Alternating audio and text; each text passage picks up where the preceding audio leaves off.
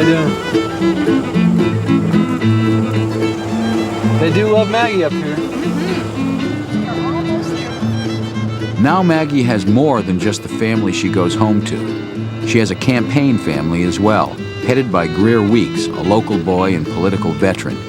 Part child psychologist, part secretary of war, he supervises Maggie's political care and feeding. I see some Maggie bumper stickers. Good. Hello. When I first sat down with her to talk seriously about doing this with her, I needed to know that she was committed to certain things before I would commit. And one of them was you got to hire a pollster, you got to hire a media consultant, and you got to be willing to not do negative campaigning, but to do what you have to do, given the context of the campaign. And all three of those were out of left field. Joe, how are you? A media consultant was an alien idea. She didn't want one, and she thought she was in touch with the people, and didn't want some consultant coming in and telling her how to do it. And negative campaigning was not on her agenda. Are you a good Democrat? Okay. Good. Well, see, me too. Where'd you grow up? Wow, I know. There's only 5 Democrats over there, and when I left, there were 4. My husband has had 3 hot meals since February the 2nd. Well, you should buy him a cookbook. Really? Maybe he can cook for himself. My name's Maggie Lauterer. I'm running for Congress, and I'm working real hard at that, and I hope you'll help me out. I'm running for Congress on the Democratic ticket. She's okay? Democrat. She'll vote for you. Yeah, okay, well, fantastic. Then we can count on you, right? Good to see you, Floyd. All the methods and strategies for reaching the thousands of voters, which can make any campaign a success, don't always come easily to first-time candidates. Good to see you. She does not like to be handled. Oh, this is pretty. Is this old? This Maggie Hey. We've discussed it before, and she knows that a little tap on the elbow should mean let's go, but it still is not quite working yet. I'm being handled. Can you tell this? I said, Maggie, you got to learn to do I come this. to Yancey County, and Clyde handles it. It takes years, I guess, especially for somebody who I want to talk. actually is listening to the person they're talking to and actually is interested in what they're saying. In fact, he said, "Are you talking to everybody?" He said, "I haven't talked to those women down there." So, good to see you. See you, Mary. There was one time where I was actually, physically dragging her out of something. And I said, please, promise me we'll never have to do that again. But it takes a while. If you talk to everybody, you spend all day. You gonna take me on a ride sometime? Yeah. That is one heck of a car. People hate it when you are shallow. They really want you to touch them and care about them and look in their eyes and be concerned about their concerns. And if you do the old, well, nice to meet you kind of thing, it doesn't work. They'll say, oh, just another shallow politician. She just wants my vote. She's one of the finest candidates I've ever seen. We ought to be proud of her all over the mountains. She's a mountain girl, born and raised in Avery County.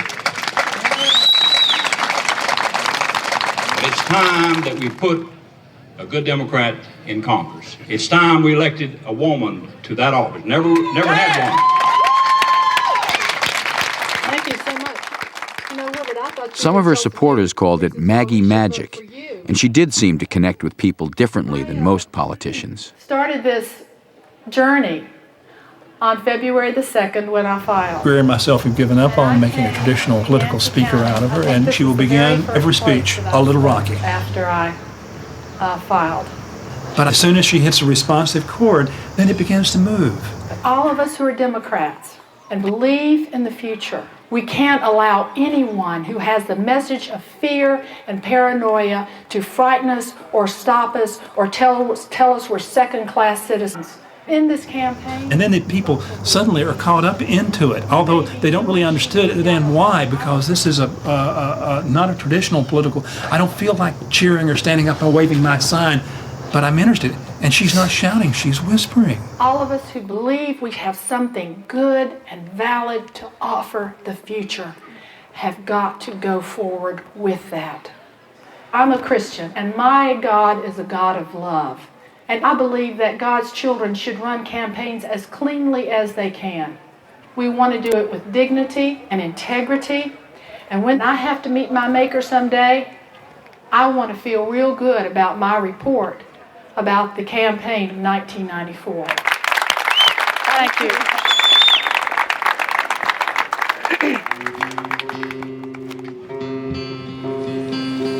The very first time that Maggie sang on the campaign trail, I think it was the first week I was with her, and we were out in Cherokee County in this school gym. She was really tired, and when she gets tired, I think in her mind she said, I got to get out of this, I'm not doing well, so she picked up this dulcimer, it's a bluegrass stage, and started singing. Amazing grace, how sweet the sound. You know, I thought, oh God, no. I was thinking, please, you're running for Congress. We're going down the tubes already. It's week 1. Here she is singing folk songs.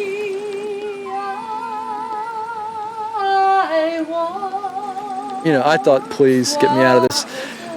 And she sang Amazing Grace.